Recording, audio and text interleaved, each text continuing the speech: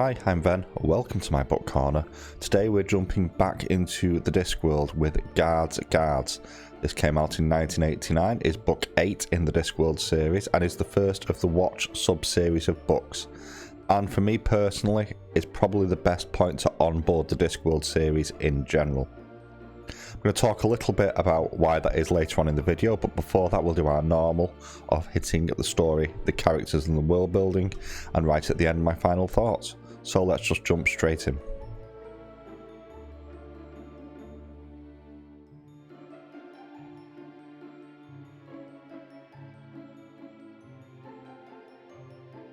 As is often the case, the story is relatively basic and relatively well trodden from previous fantasy fare, and there to give a framework for the characters and the world building to jump off, and as always that works really well here.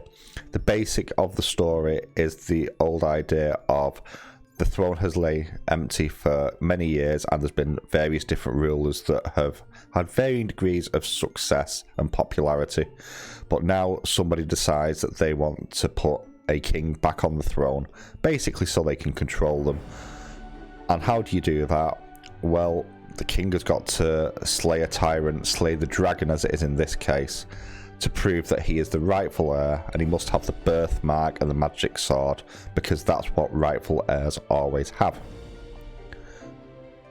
In specifics, this is a story about belief and duty, and how over time, if your duty becomes pointless, you lose belief in it, but sometimes you can regain that, and that is true for the Watch, which is the core of this story, and for a fact that they have been a shadow of their former selves for many years, basically only going around and ringing a bell and telling everyone that all's well, even if it isn't, and not actually doing the job of the Watch, largely due to the way the city is now run, and the fact that in many ways it's become obsolete. But at one point in the story, something happens and the commander of the Watch, Samuel Vimes, turns around and just goes, they just did that as if we didn't matter. And we probably don't matter, but by God, I'm going to do my job and investigate this. And it's the rebirth of the Watch as an institution in this book. It's a really solid framework. It's nothing you haven't really seen elsewhere before, but it gives the framework for the rest of the key components of this book to kick in, and for that it's really effective.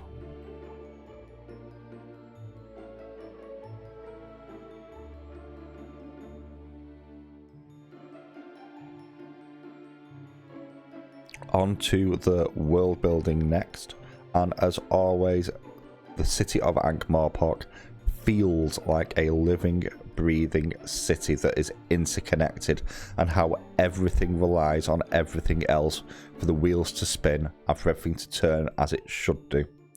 And that is exceptionally well done. I have said in the past, I don't think there is a more lived in feeling world that I've read than the Discworld, and part of that is due to the fact that there's so many books that you really over time get the sense of the place.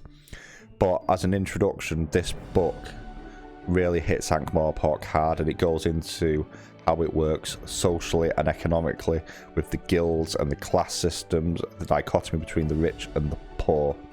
You also get some investigation into how magic works and how people view magic as well in this world. There's also a mirror held up in many regards to various institutions in real life. I've always felt that Ankh-Morpork is loosely based around London, and as this book was released in 1989, a time where there were a hell of a lot of issues, there were parts of this that sort of mirror that, where the Watch can't go because basically they'll just get stabbed and murdered because they're that crime-ridden, and other parts they can't go because they're the police, and that's where the rich go, and the rich don't sort of do the same level of crimes that other people do. They're that big that it's beyond the scope of the Watch to deal with because the crimes of morality. And it's actually really, really well done, and the interplay between all the different factions and the way everything works and the sort of social commentary on the various different races is really well done, as you'd expect.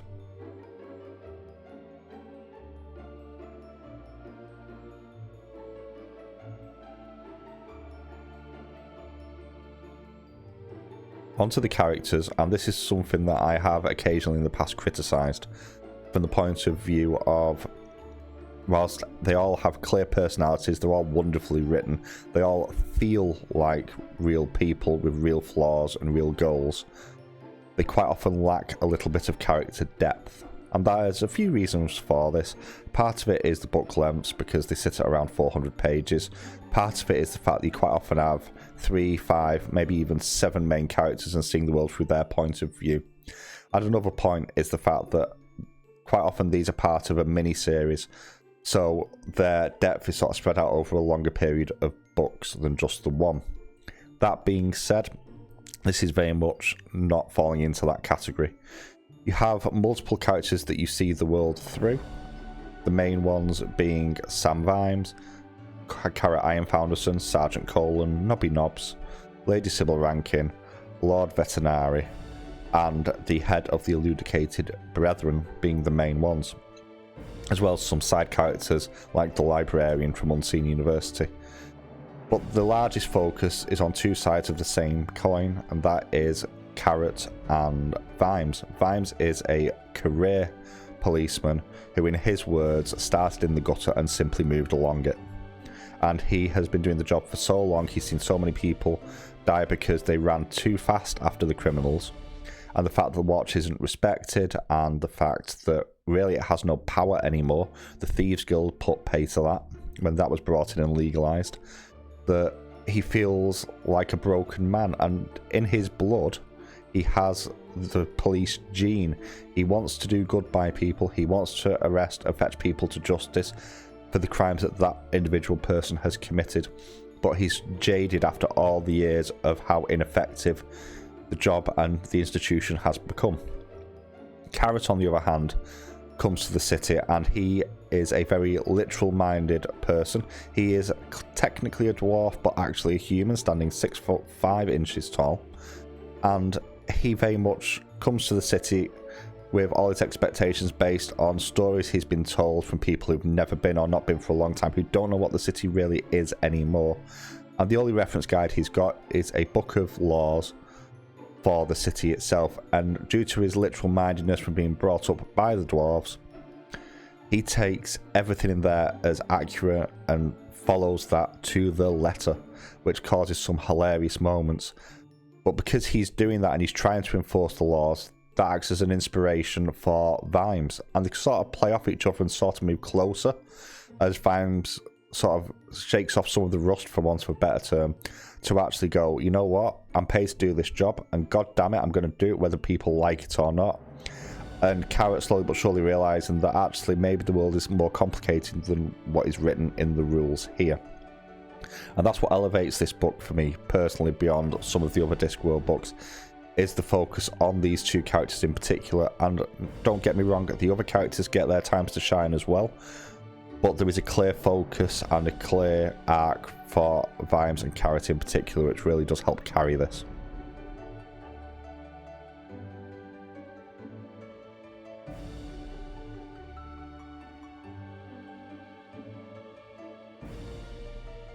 So before we go into why this is a good starter point, what do I think of this? Well, if it's not clear, I love this book.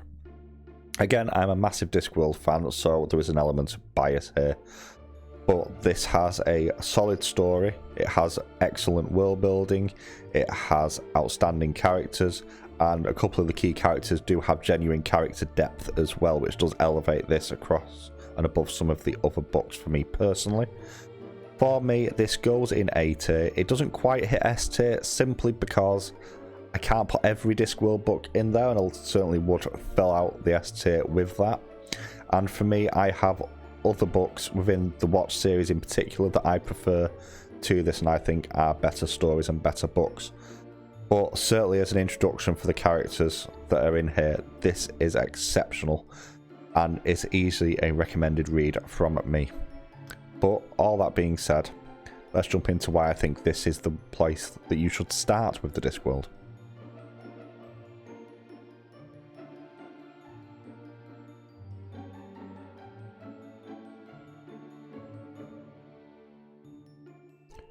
So, as I've said, I've been asked multiple times, where should I start with the Discworld?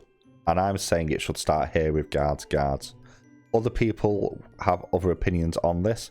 A very popular one, which I do feel the need to mention here, is that a lot of people seem to think that Small Gods is the place to start. It is one of the most standalone books within the whole series of Discworld novels. I don't recommend that, and that's a personal taste thing. I'm very much in the minority. I'm aware that I don't really like Small Gods that much. I never have done. Along with Pyramids, which is another one that I've often seen recommended as a starter point. Not to say that they're bad, but there's just something that's never quite clicked for me with those stories. Guards, however, is slightly different. So I recommend this as a starter point for multiple different reasons. It is the 8th Discworld book, and it seems an odd place to start, but when you compare this to The Colour of Magic or The Light Fantastic, there is a clear difference in writing style, and you can see clear as day that by this point Pratchett had found his groove for his writing and what he was trying to make the Discworld be and become. So that's the first reason I'd recommend this over certainly those books and multiple of the others. The other reason is the character of Carrot Iron Founderson, as he acts as a surrogate for the reader in many regards because he doesn't know anything about where he's going, not really. So he's seeing everything for the first time, and you get that sense of awe, wonder, and sheer confusion from how complicated and weird and odd the city of Ankh-Morpork is. And that point of view really can transfer to you as the reader to help give you that sense of what the city is really like for the people living in it. On top of that, you have the characters in general. You have a real mix of different people here, from Lord Vetinari up at the top of the pyramid, who is very much playing 4D chess, while everyone else is still playing tiddlywinks next to the river. You have the jaded but pretty much incorruptible Captain Vimes. You have Carrot, who is the exact opposite of those. You have the lovable scoundrel in Nobby Nobbs, and the rich aristocratic woman with a heart of gold in Lady Sybil Ramkin, which gives a great deal of variation and different points of view to the story being told. As for the story itself is also solid.